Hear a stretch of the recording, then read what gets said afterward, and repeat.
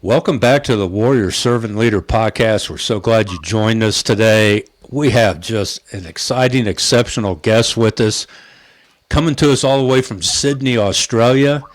This is our first guest on the continent, and we have listeners in Australia, so we're glad you're joining us. Our guest today is an award winning founder of the Operations Genius and creator of the world's first fractional virtual assistant service, a revolutionary approach to operational support that gives entrepreneurs the flexibility, accountability, and expertise they need without the overhead of a full time or even a part time staff. Recently honored with the 2024 Stevie International Business Award for Innovation, and get this, the 2025 Best in Business International Award as Company of the Year for the Australia region. Her name's Joanna Zhang. She has transformed the way small businesses, owners, and thought leaders scale sustainability. And here's what we're going to take a deep dive into today. Her unique perspective comes from her own journey of soul awakening and soul ascension, guided by her spiritual mentor, which deepened her commitment to uplift others and create impact in both business and personal transformation. Joanna's message is simple and clear. When we combine strategy with the heart, we not only grow our businesses, we change lives. Joanne, welcome to the Warrior Servant Leader podcast. Oh, thank you so much, Pat, for the warm and thorough introduction. I'm truly grateful to be here. Let's This is enjoy the awesome. I'm so excited.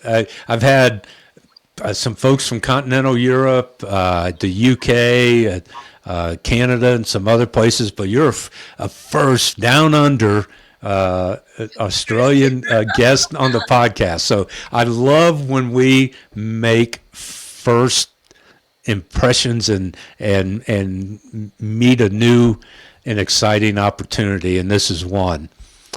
Now, Mm, I said we're going to do a deep dive, so we're not going to waste any time. I'm just going to jump right in. sure. What is and how was your personal journey with soul awakening and ascension? So, what do those two terms mean, and how did that influence you and your business world and journey, and then the journey of other people? Wow, that's really straightforward and a big topic. But I will summarize the experience and I hope that makes sense. And then we can dive deeper if you have questions. So, Soul Awakening was an event I experienced about 4 years ago. At that time, I was experiencing financial hardship, marriage breakdown, and business blockage. I say a lot of multiple life challenges thrown at me at once, but it's not like suddenly. It's a lot of times accumulated. Issue, and I didn't really resolve, and certain patterns happening again and again. And at that divine timing, I get to come across a spiritual mentor who has personally went through the whole journey of herself of awakening. She was actually guided by the source, 4 times awakened by herself, but now she's experiences that the whole thing and learned all the lessons. Now she coming back to help others to be awakened on this journey. So this event was like a 3 days. There were other people, brothers, sisters who already went through the experience as a soul warrior. I love the word warrior. We are the soul warriors. So sitting beside it, and then we actually went through 3 days journey of unblock the heart blockage, and then went through the when people pass away, we go to the afterlife, right? So literally, energetically, the spiritual mentor, along with the source, would take our energy, or the participants, our soul onto the journey. We won't feel very vivid, whatever it is, but our soul actually on the journey.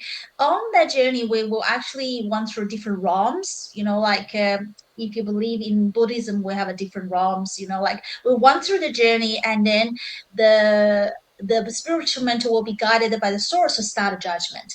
If probably different religion have a different ways of looking at it, but if you do believe we have a soul after we pass away, our physical body will terminate, but however our soul is eternal, right? So we'll go on different journey. So that's literally what it is. And before we do you believe in reincarnation? something like that, or Not in the Catholic tradition. No, we do not.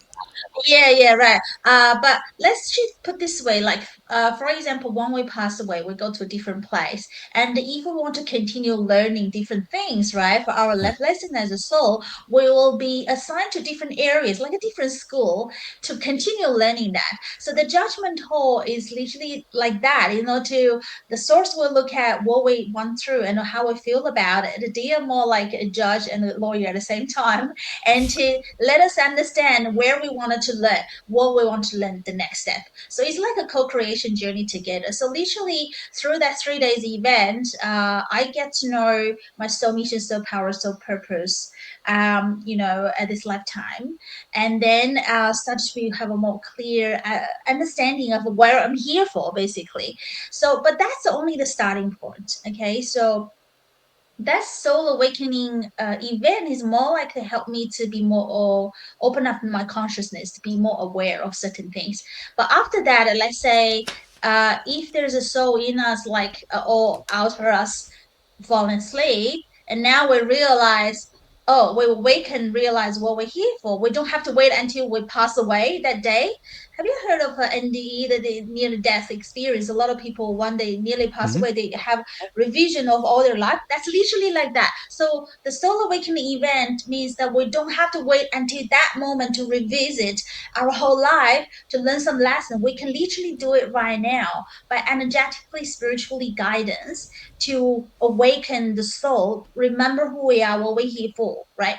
And then during the one we have a life on earth in the physical realm and the 3D, we can already started to learn more lessons and to learn progress more other than wait until we pass away. That's the soul session part. But that's really up to everybody, like whether you wanted to, like, we entered education, whether you wanted to go to primary school, high school, or the college, it's up to us, right?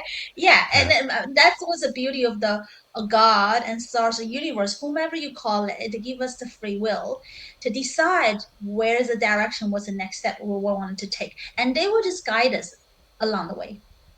I hope the whole thing as briefly summarized what I went through. Yeah. And as you're sharing it, there's many, many similarities to the Roman Catholic and many Christian denominations that I'm taking notes. That's why I'm looking down and I'm not ignoring you. For those that are watching us on YouTube, is people they talk in the Christian faith. The greatest commandment is love the Lord your God with all your heart, with all your mind, with all your soul, and all your strength. Mm, And people know what the mind is, and they immediately jump to the with all your heart, meaning thinking like, oh, okay, the organ in your chest. But we so seldom spend any time contemplating or defining what is your soul. And I've come to learn in my journey, the soul is everything about me that God created that's unique.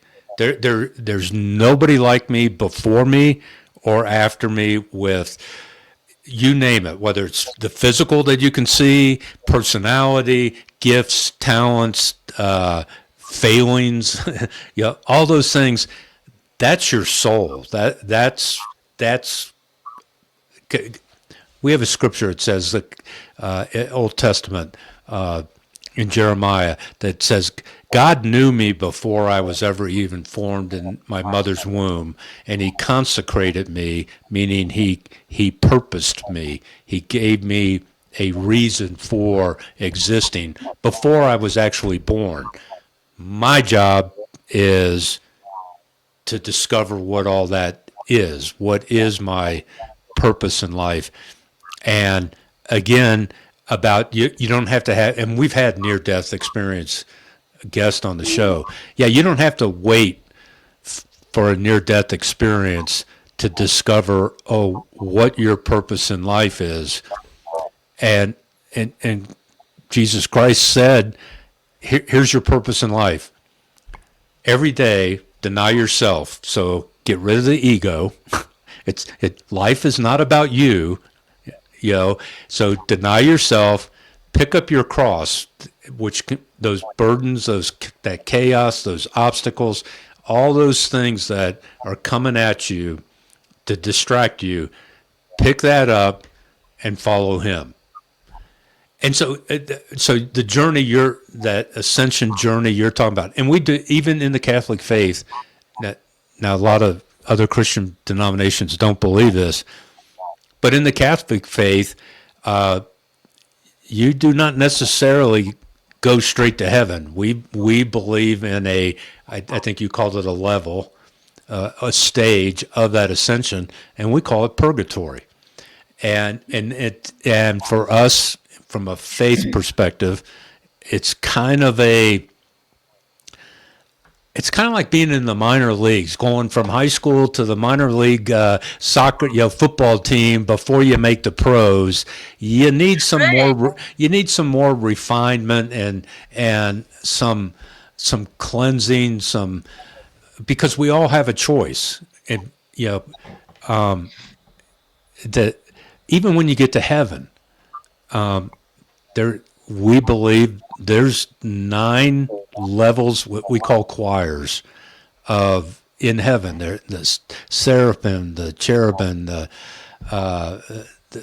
choir of virtue, the choir of thrones, the choir of domination, archangels, angels. There's different responsibilities, if you will, jobs, if you will. And at any given time, we still have the power of choice, the power of will. Just like Lucifer, what we call Satan, was an angel. And he knew better than God. Well, he got kicked out. You still have choice. You're not a robot when you get to heaven. Yeah, so I see a lot of similarities, and I guess kind of what I'd like you to share is, I know you said there was a lot of chaos and obstacles coming at you at once, but you don't even have to wait for those to learn and discover your soul and your journey in your now position of helping other people because of your journey and outcome. What do you see as some of the biggest obstacles people throw out at you that worked for you, but it'll never work for me? How do you address that? I totally believe one word is divine timing. Like, for example, what I went through. And now I look back, if I haven't personally hitting those walls many times, I probably wouldn't accumulate that much pain, suffer in me, right? And urge me to sort something out. And apparently, as what you're saying, everyone has different style of learning. And apparently my learning way is through the experience. And of course, I actually accumulate that much suffer, and then life by life, you live there, we have a multiple lives, or even this lifetime, that because I used to like a deep sleep, my soul is deep sleep, right? And when I did my soul awakening, because some soul brother, soul sister, they can actually, some people can visual, some can hear. We have so supernatural ability, we call it. They Mm-hmm. said your soul has been squashed by you, by ego, to a corner. Basically, I was disconnect with my soul because for a long period of time, I used numb and escape to navigate myself out of those pains because that was still painful. So I don't want to look at it. I want to escape. I don't want to look at the solutions. And no wonder I will run through the circle again and again and getting harder and harder, and then until one day, like, I have to sort it out. So that was my learning journey, but everyone is different anyway. So after, where was I? I think I'm lost. Talk about, what was your question Oh, again? it's after you came through those repetitive cycles, and you Yes. now have found your purpose and identity, Oh, that's and right. you share with other people, but they throw up excuses or obstacles of why that won't work for me. Okay. Yeah, that's another thing I let go of my persistent thoughts is that I have to help others. I need to make it happen, those sort of things. And then I realized different flowers may flourish at different seasons. As I mentioned earlier, the divine timing is a thing. For me, at that time, I passed my nearly half of my life, like 40 years, and I started to realize that apparently that was my timing, right? So at that particular time, after all those experience, and boom, that's happened. So I believe everyone has, if they saying that word to me, first of all, I won't feel rejected or pushed back or whatever it is. That's just where they are at the moment. Like what you're sharing earlier with me, they are at the one chapter of their life. They are experiencing whatever they are experiencing now, and at every moment they have their own choice whether they to look at it or listen, whatever it is. But I realized one thing, all those experiences, or even though my spiritual mentor sometimes mentions something, even at that particular moment, I don't understand totally, but it planted seeds in my consciousness. And somehow, after many times, or maybe after some time, I suddenly get, aha, that's what it meant. And that's actually one of the reasons I became a speaker. The main reason was that is after soul awakening and soul ascension, that transformed my life so many aspects because since I started to learn the life lesson I can apply to all aspects of my life. Then I thought, why don't I share my experience out, right? And then regardless whomever is there, whenever they listen to it, whichever chapter they're in their life, what I'm passing on by passing the divine messages, they may plant a seed somewhere, and at a certain time, at divine time, they may start to blossom. So that's where I'm now, and that's what I feel. If someone actually say that to me, I totally understand and respect. And I hope what I'm doing can do part of the energetic planting. Hopefully one day, yeah, they will find a way home. Wow. So I'm going to play the devil's advocate a little bit here. You still have bad days, right? Of course. And so how what is the process or whatever? I mean, sometimes I guess the expression, at least in America, is I woke up on the wrong side of the bed. You're having a bad day. You're mad. You don't know why. You're on edge. You're snapping at people, and they're like, "What's wrong with you?" Well, I don't know, but just leave me alone. Because you're having a bad day. What do you do when you're having a bad day to try and get that focus back to your purpose and your mission? Yeah. Before I saw awakening, apparently I will probably just carry it for it. It's a bad day. So be it, or whatever. But now, whenever it happens, because this after soul awakening, soul ascension. First of all, I have a stronger awareness. So if it happens, let's you call it bad day, right? But it's how I define a bad. So if you feel it's kind of bad for you, uh, first of all, aware. Oh, where I'm entering. That kind of state is a bit uncomfortable and unhappy, right? But at the same token, first, actually, what I first do is I used to not to consider that because I'm very sensitive to the energies. A lot of people are, but we don't know. Sometimes some feelings might not be ours. So I've learned through this journey the first layer is the protection. I will ask a source to clean whatever energy is not mine. Like to clean up. Most of the time, after I do the exercise, my words start to be quieter and calmer. However, after even I do that, sometimes there's certain emotions, a stronger emotion urge, or in our tummy or heart, wherever it is, we will be aware of your body or feeling or headache, whatever. It just keep coming up even after I cleanse it. Then I know there's a lesson for me because a lot of time our body, our emotions, a great way to give us signs. I used to numb and escape, feel like, oh, I'm sick, I'm not good, I'm not feeling well. However, they are giving us a sign. Now I started to treat them seriously. If I'm physically tired, I allow myself to rest. If I'm emotionally have some blockage, I will just uh, feel the emotion and discover what exactly behind the lesson for me to learn. And most of the time when I go deeper and deeper and can reflect, I can learn something. And to be honest with you, since I started Soul Awakening Soul Session, I started to have a habit of this cleansing, finding lessons, and clear off.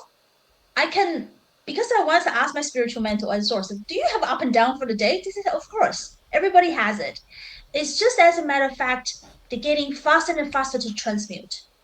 It's about the speed, the efficiency of our transmute our state, right? So for me, I just felt like we all have those moments. It just find a way for me to effectively navigate out of that and also learn something from it.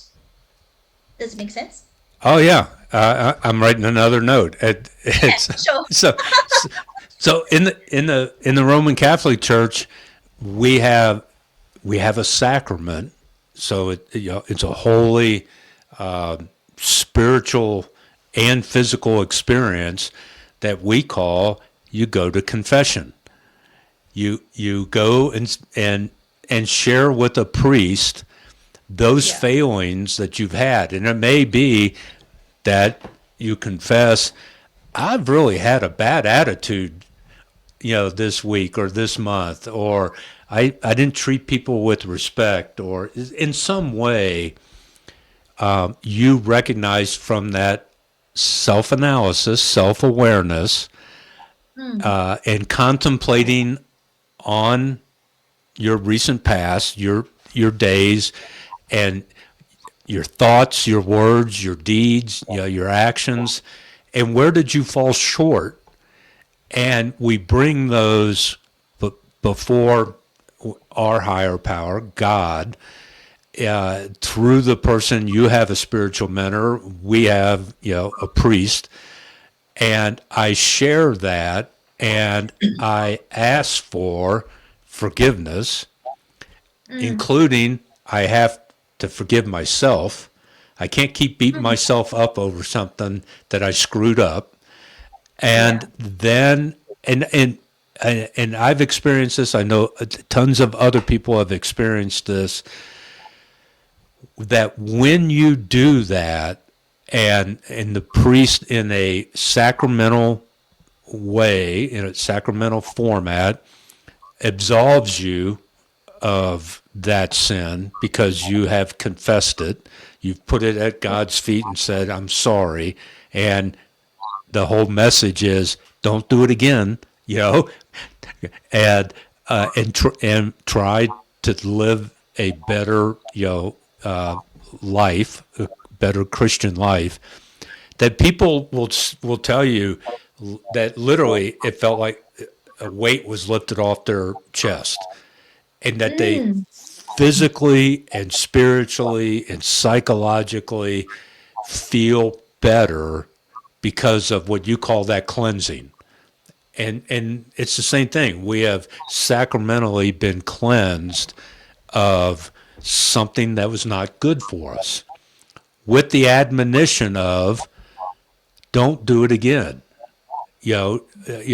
Whatever it is, if it's gossip, if whatever it is. So the parallels you're talking about are just, we call it something different, but we have the same access to our Creator and to living a fuller life and learning more about our purpose and our gifts and our talents for the short time that we're given here on this earth.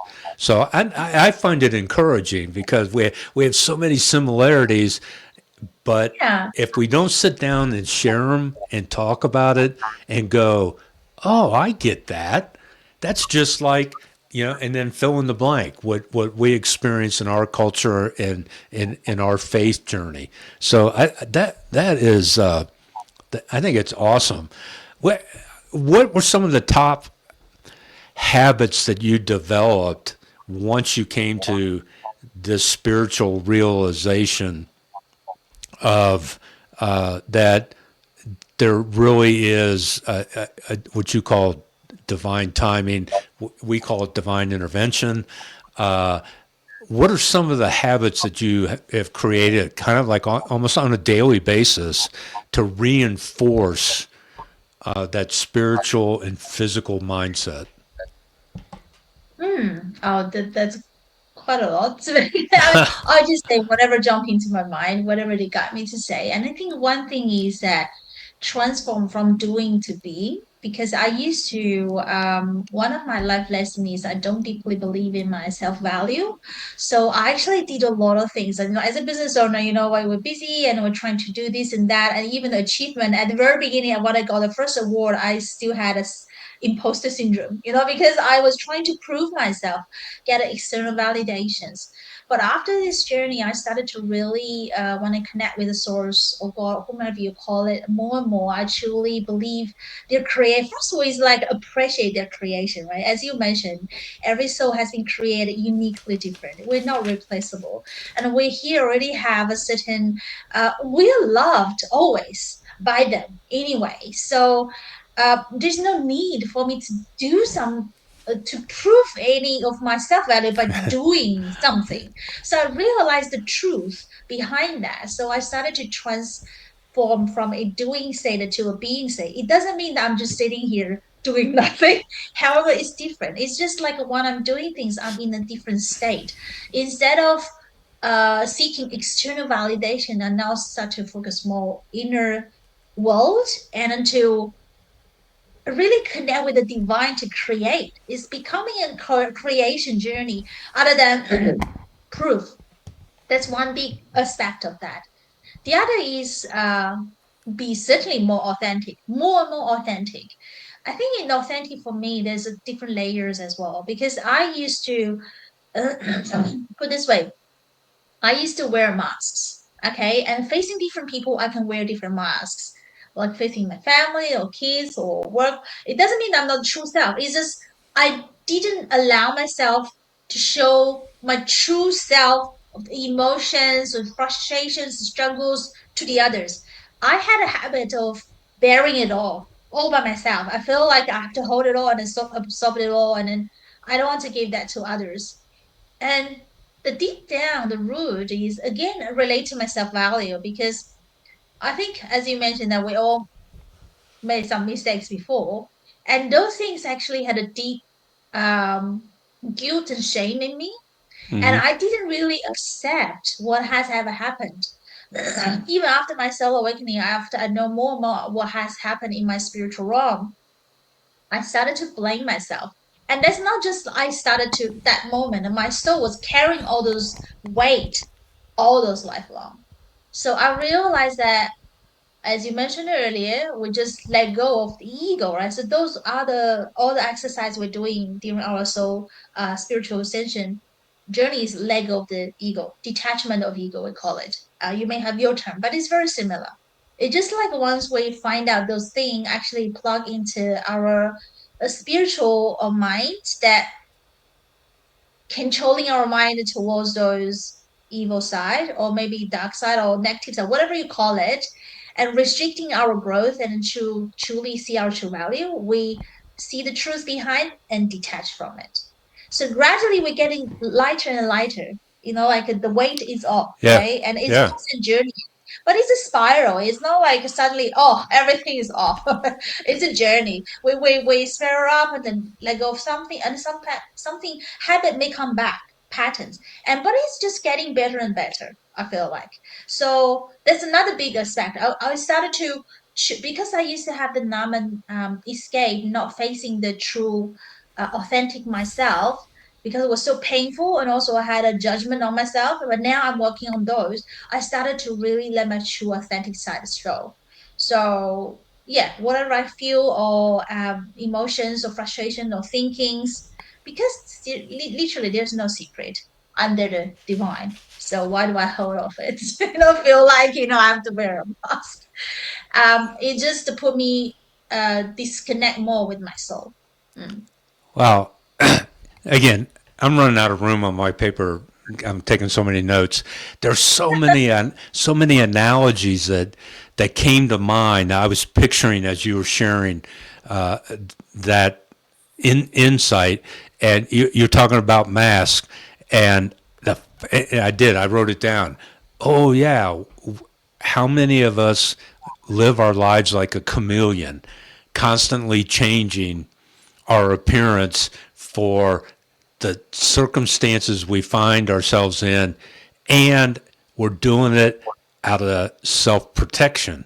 That I have great self-awareness. I see all the things that are coming at me, and family, work, kids, that neighbors, whatever, and now I got to keep changing my appearance like a chameleon, so I don't seem weak, or I don't seem like a victim, or that I'm going to be an easy target. And so that analogy popped into my head. And the other two, you said, oh, I'm not just sitting around doing nothing. I'm reading a book right now, and it was published in 1666, and it's called Oh, Brother. wow. Yeah, excuse me. It's called Brother Lawrence, and it's 4 conversations and 14 letters that the author had or received from Brother Lawrence.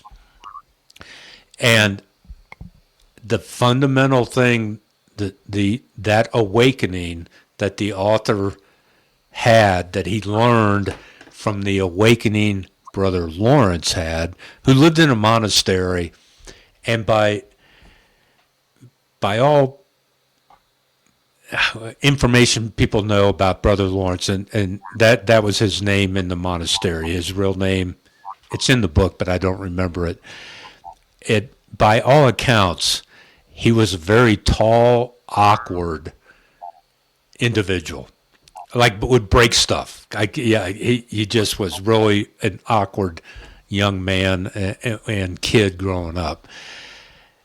And his spiritual awakening came down to this, was that literally in every moment of his life, whether he was awake or sleeping, it did not matter. Every moment in his life, he was looking for and discovering the presence of God in everything. And he worked 12 years in the kitchen at the monastery, and he hated it because he was so clumsy and awkward and whatnot. But even in those 12 years, he always looked for and experienced the presence of God. And that was his awakening that kept him from going, everything else is inconsequential except the presence of God. And he still had bad days. He still broke dishes. He did silly things and whatnot, but he recognized even in that God was present with him. And so that's, again, a similarity that you and I have. And then the last one, that you conjured up this picture in my mind, because you said it's a spiral. And I live near the mountains. And if you ever tried to climb a 14,000-foot mountain and go in a straight line, you're not going to make it. And you're hitting all Yeah. these, you're 1 minute you're heading north, and then you're going west, and then you come back east, and you're like, I'm looking at the trail below. I was just down there. Why am I going backwards? Is what it feels like. But if you step back and see the whole picture, no, you're constantly moving upward, but there's these ebbs and flows and changes in direction. That's what life is like. And that we need to stay focused on that summit, that peak Yeah. that you're going to. And St. Paul, in one of his epistles in the Catholic Christian Bible, he calls it a race. And I have run a good race. And I hear you saying the same things with just a slightly different perspective, but with the same outcome, that we're going to our Creator. And I find that so uniting and so encouraging. Now, here's where it gets interesting. Yeah. How in your consulting and mentoring and coaching people do you apply all those spiritual conversations and maybe even theological conversations and incorporate all that into the business world? 100%. 100% now. Because for me, I look at my business like a playground. Like whatever I learn from spiritual realm is my physical realm to practice, right? And then to play around to co-create. So whomever I come across, either the team members or clients or partners, whenever we have a communication, I actually literally just looking at them as a soul. And we all have a different challenges in our life of facing different chapters in our life, either the business or life. And at that particular moment, while we have conversation, if there's anything that I observe or I feel like similar like as you like I wanted to share and we can collaborate, I'll just do that and naturally carry this forward. And give example like uh whenever we have a team meeting, right? We have a monthly overall team meeting every time. And they have a session in the meeting called Joe time. And every time when a team is structuring the agenda, they always know Joe's time. We never know what's going to happen because it always at that particular moment, then I know I download that they will guide me to say something because everyone has a different state, different challenges, different phases. Same as business owners. Whenever we have the next client meeting, I never know, other than the general stuff, of course, of what we're doing, but there's always one little element I will observe on the day to come up with something or the ideas or the messages I want to share with them regardless what it is. But whatever it is, I believe at that particular moment is the right timing probably to share those, and it will be reflect on their business, on their way of dealing with people, on their way of looking at the burnout, and look at way of the scaling of the business, whatever it is they're looking at. They will have a. I hope that can have a little spark and inspiration living there as a seed and helping them to unfold further unlimited possibilities. So I do apply all those things in my life, daily life, whomever I come across, and not just for the business, for the family as well. Family is a team as well. And by saying that, because I get to know my soul mission, soul power this lifetime is to help teams and the members to grow. That's why I come across many teams, including our team, our clients' team, our family, our friends, and community. They all teams. So Yeah. I'm just literally getting involved that and it's just be me, basically be me, doing what I'm here for. I'm just so grateful and happy and actually get busier, like but busier not burnout because I'm so happy. I'm creating. It's not like I'm just doing it for the sake of doing like a robot, you know. That's why actually you remind me one thing about heaven. You talk about heaven. We once actually asked a source through our spiritual man and said, "What is heaven like?" Many people want to go there, and there are some people actually previously did a soul awakening. The source through the spiritual mentor asked, "Why do you want to go to heaven?"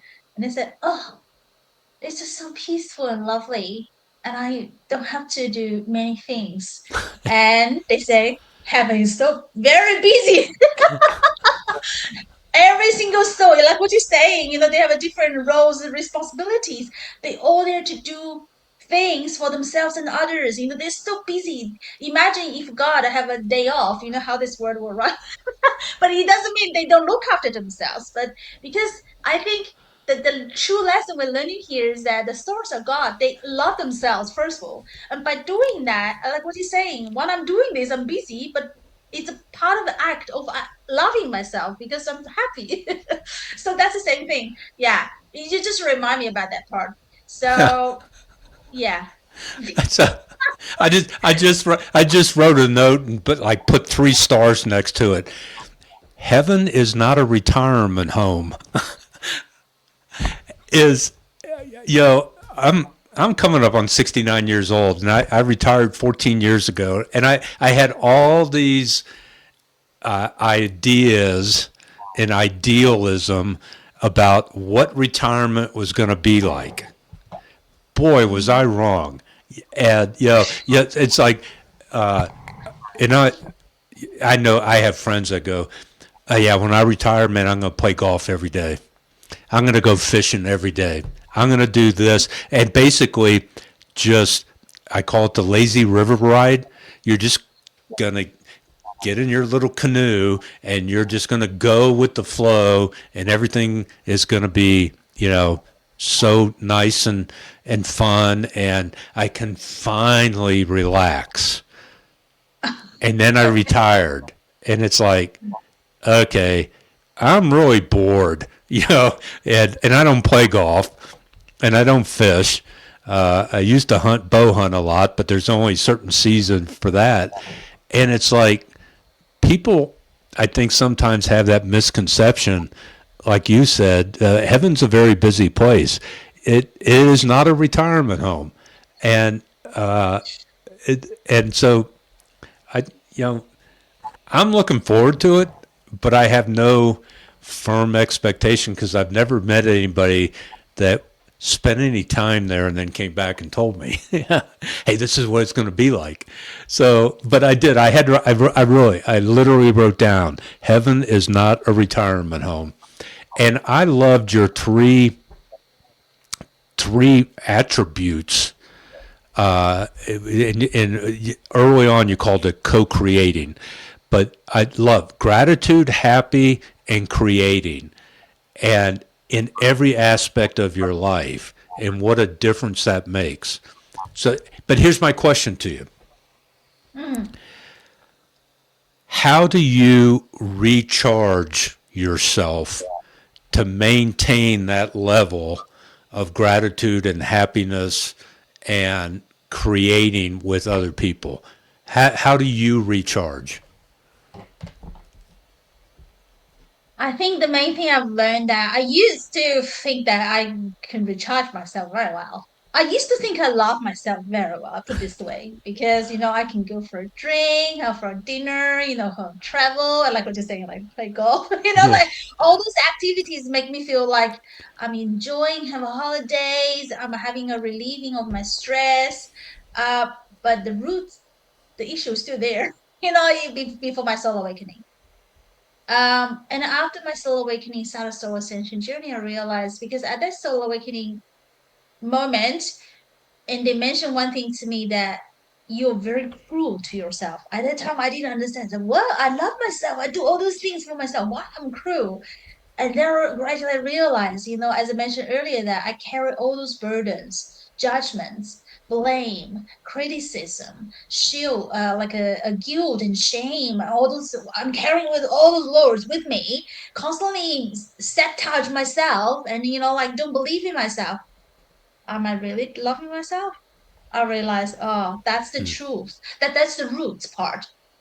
So I think now my recharge goes to truly authentically connect with myself, right? So from physical, emotional, spiritual, three different layers. For example, if I'm tired, I used to like working so hard, like I'll push it through. I feel like I can do anything that if I dedicate to it, I can do it, like forget even eat or drink or go to the bathroom, something, and sometimes in the particular moment.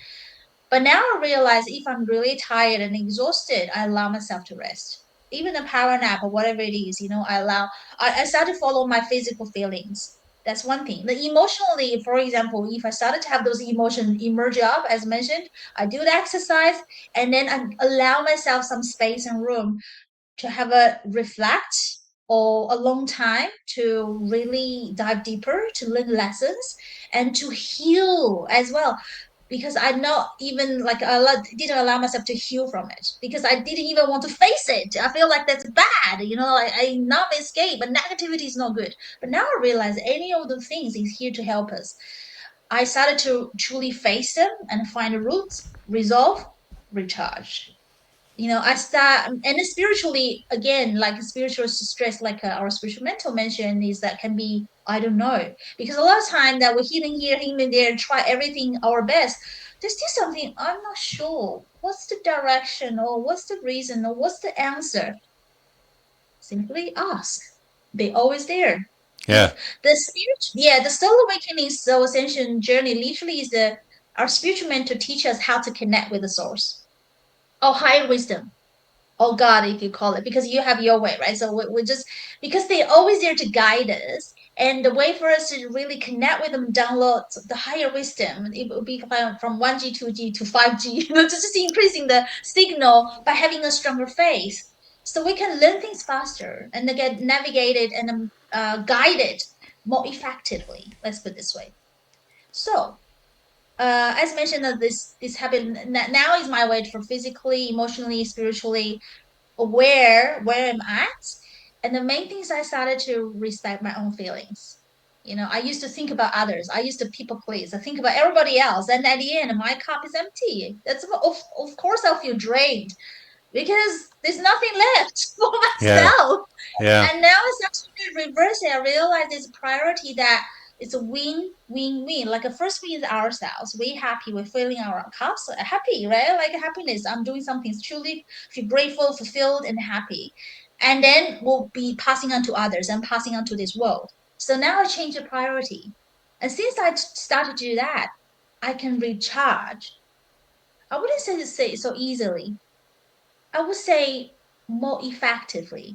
Because previously I was like having a Panadol. Panadol is a painkiller in Australia. I'm not sure what you use in US. We call it painkiller. I used to use those painkiller to get rid of the pains, but the wound and the root cause is still there. Hmm. Now, instead of those painkiller, I go to the root. It's painful, very painful. To be honest, don't get me wrong. It's very painful, but it takes the courage and decision to face it and then to take action to really reflect it. And then we totally actually go to a next course. Basically, we're going to the next journey as a growth, as a true growth. So for me, that's truly recharging, to be honest. Then we have the true inner strength to facing the next chapter of our life. Uh, Again, more notes. Yes. Yeah. It's like, and I can relate that so many people, me included, I was like this for many decades. And I'm what they call a cradle Catholic. I've been a Catholic since I was 3 days old. That's when I got baptized into the Catholic Church, Wow. and then was put in an orphanage. And I've never been to public school, Catholic school, grade school, high school, university, law school. So Catholic, Catholic, Catholic, Oh, wow. and still am a very practicing Catholic. But it took me decades to learn this about growing in my spiritual life and my faith life. I was real good about saying prayers when I wanted something from God. Yeah. And if things were going really, really well, I had no reason in my little pea brain why I don't need to pray and talk to God because things are going really good. And I lost sight of that. Your prayer could be gratitude and thankfulness, like thanking your parents for doing something good for you. You don't just take it and run. But one of my biggest obstacles was learning to be still and listen for God's Um, answer. As opposed to uh, doing, I call it a hit and run. I'd hit God with yeah. hey, I got this test tomorrow. I'm really counting on you, God, that you give me the wisdom and the knowledge that I'm going to pass this test tomorrow. And oh man, look at my buddies are waiting for me at the bar. Gotta go. See ya. And I never sat in quiet time and listened for an answer to my question or my Mhm. request.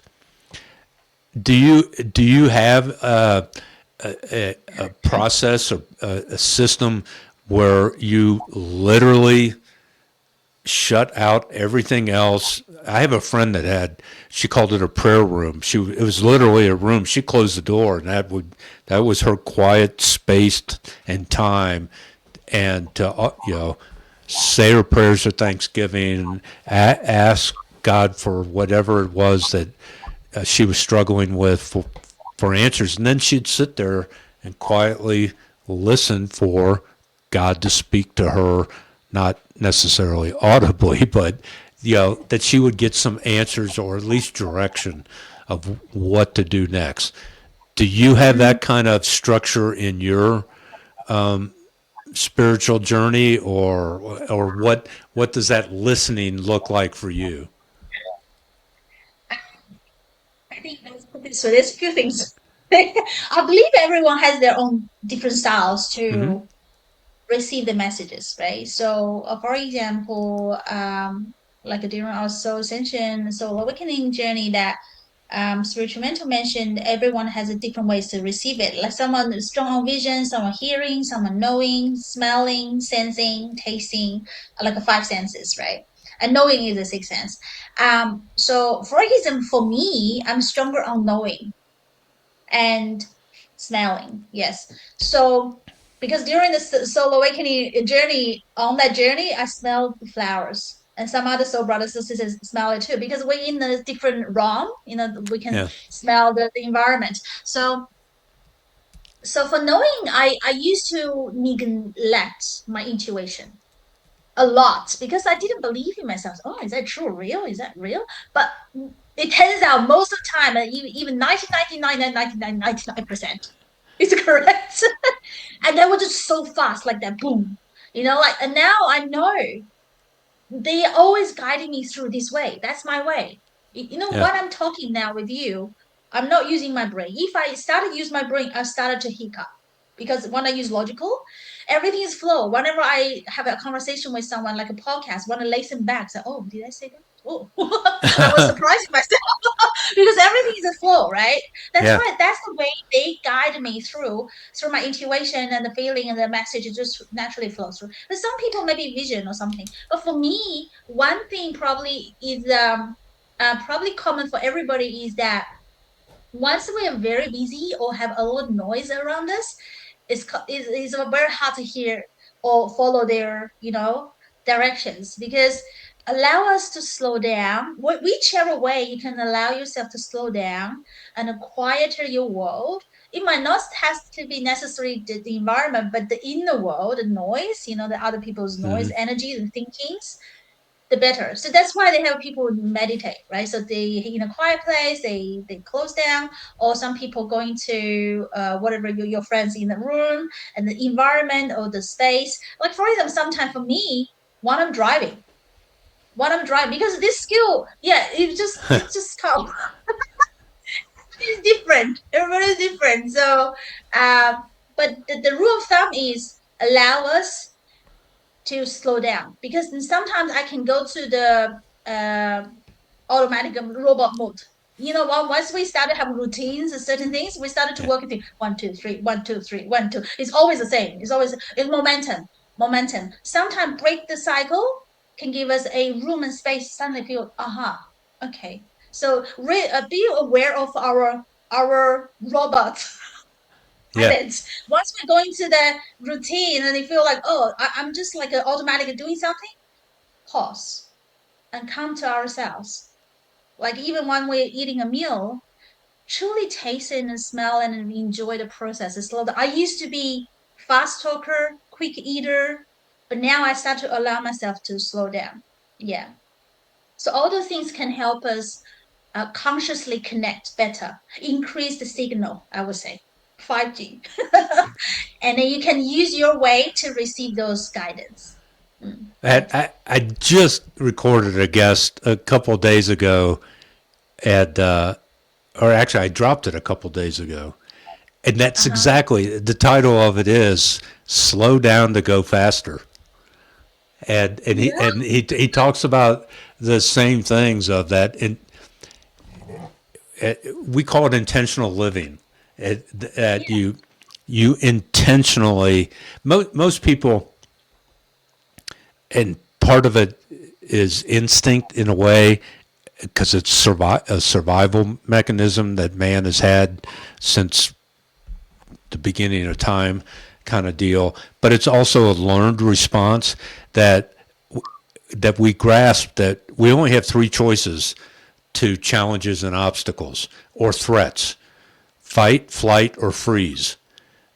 And Ah, and we react emotionally driven reactions so quickly that afterwards, and it usually gets you in trouble when it's you shoot your mouth off and you go, ah, oh man, I wish I hadn't said that.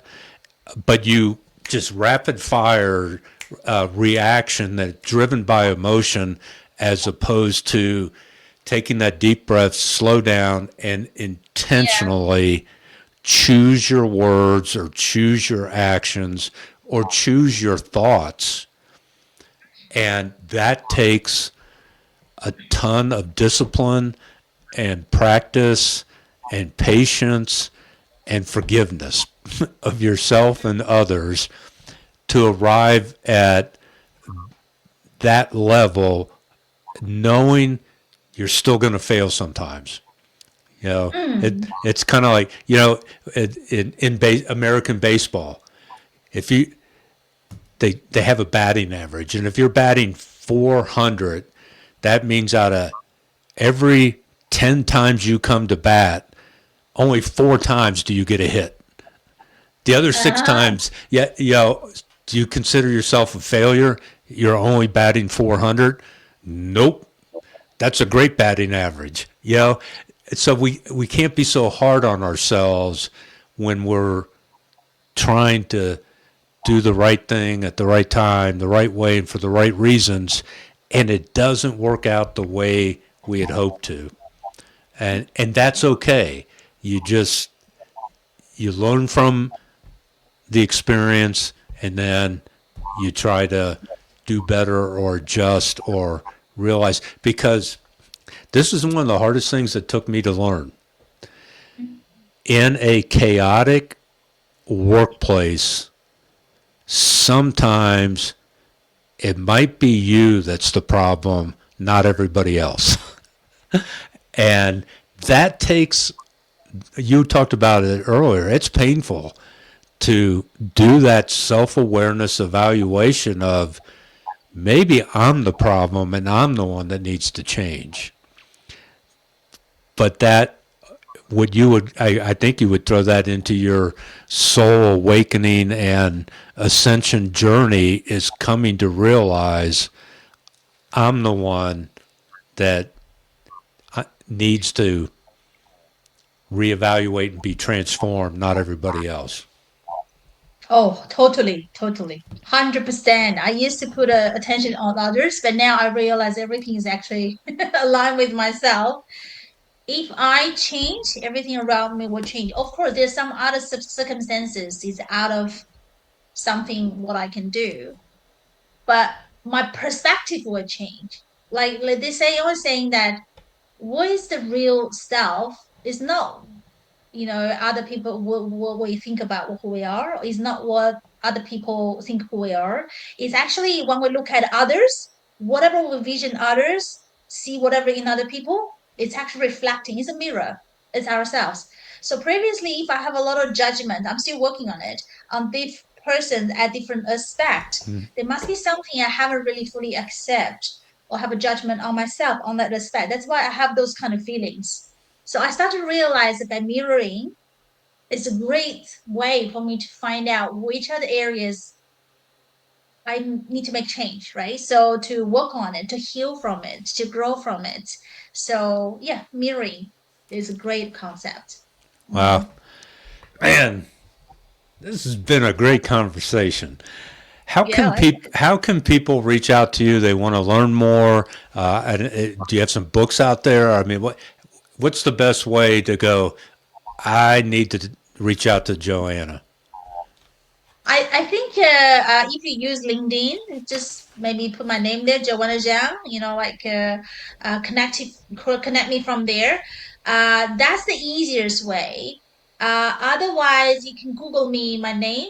I think now Google has a really great AI tool. They actually Yeah. summarize the framework, the contact details. If you, yeah, you can find me from there as well. It may be my Facebook or Instagram, message me or something. But normally from the LinkedIn, if you connect with me and mention about, oh, hi, I heard your podcast with Pat. I love to connect with you. Basically for me, it's just connection. And then we can go from there. Who knows what we can collaborate and spark some, co-creation together. Yeah, It's like this. It's a co-creation journey, right? Yeah, it sparking with is. each other. Yeah. So yeah, connect. Feel free to connect. Love to And, connect. and, and I'll tell you that John Maxwell, I learned this from him years and years ago, is he said, whatever you're looking for, you will always find more of it. And if you're looking for the best in people, you'll find the best in people. If you're looking for the best in yourself, you'll find the best in yourself. But if you're looking for the worst, you'll find that too.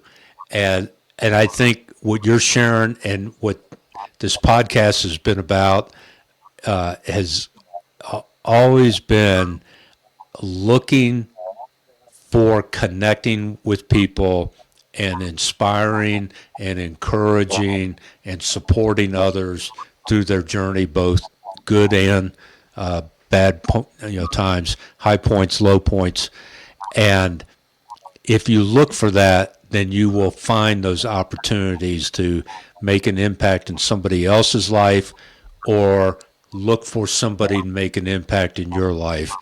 And that's what our guests do. That's what you've done today. This has been awesome. I'm so appreciative for you coming on. I know it took us 6.5 months to get this scheduled, and it was well worth the wait. So thank you so much. For our audience, our listening audience, thank you. Because of you, we're now in 75 countries in Hong Kong, and it's because of your commitment to striving to be a warrior servant and leader in your own personal and professional life, and sharing the messages that you're hearing on our show with others that need to hear it as well. So thank you. Our success is 100% your doing, and it's not about us, it's about you. So we really, really do appreciate you. As I end every episode with, here's my challenge to you across our listening platform. Always, always, always strive to do the right things at the right time, the right way, and for the right reasons, because that's what warrior servants and leaders do every day, every time. So thank you all. Love you, and see you next week. Thank you.